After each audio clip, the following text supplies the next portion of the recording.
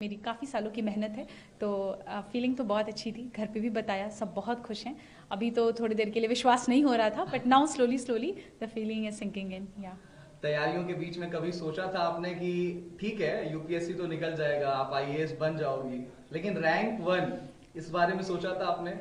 मैंने तो नहीं, पर मेरे भाई ने हमेशा से ही सोचा था। लास्ट ईयर भी जब मैंने इंटरव्यू के बाद I miss the cut off by 12 marks, उसने यही कहा था कि तुम चिंता मत करो, तुम फिर से लिख जाओगी, यू अगेन क्लियर इट, और तुम्हें भगवान ने रैंक 1 के लिए ही बचा के रखा है। एंड आई थिंक आज उसकी बात सच भी हो गई कहीं ना कहीं।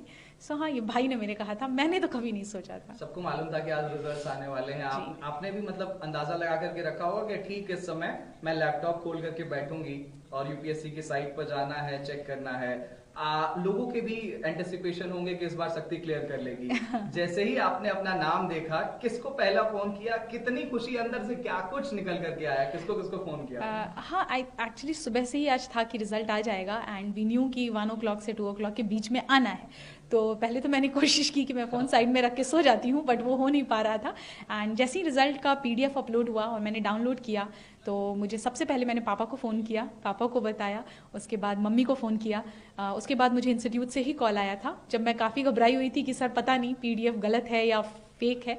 सर ने फिर बोला नहीं, हमने आपका रोल नंबर क्रॉस वेरीफाई किया है, आप ही का रोल नंबर है। तो that's when finally I accepted कि it's done, it's happening.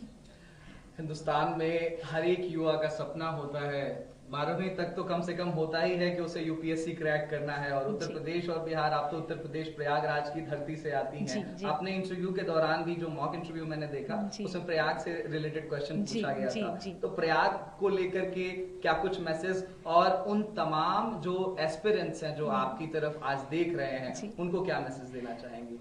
Prayagraj तो मेरी जन्मभूमि भी है, so it's always very close to my heart. I think that place has played a lot of role in shaping me who I am.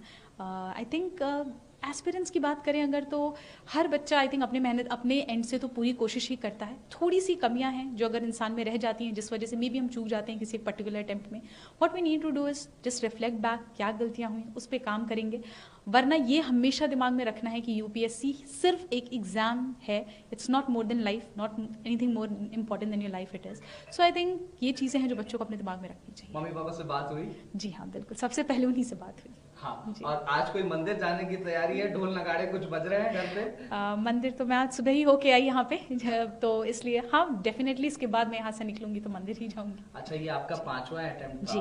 5 attempts, आप मतलब ये 5वां attempt था, 4 एग्जाम्स आपने लिखे। फेल्योर को कैसे हैंडल किया जाए, एक मैसेज?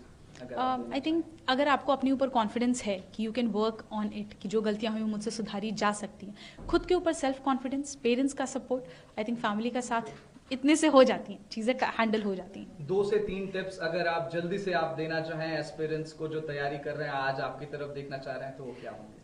बहुत ही minimum number of book list होनी चाहिए। प्रीवियस ईयर क्वेश्चंस और सिलेबस का हमेशा गाइडेंस लेकर चलना चाहिए। And I think enough number of mocks practice करना भी बहुत ज़रूरी है, so that you get used to the exam conditions जो यूपीएससी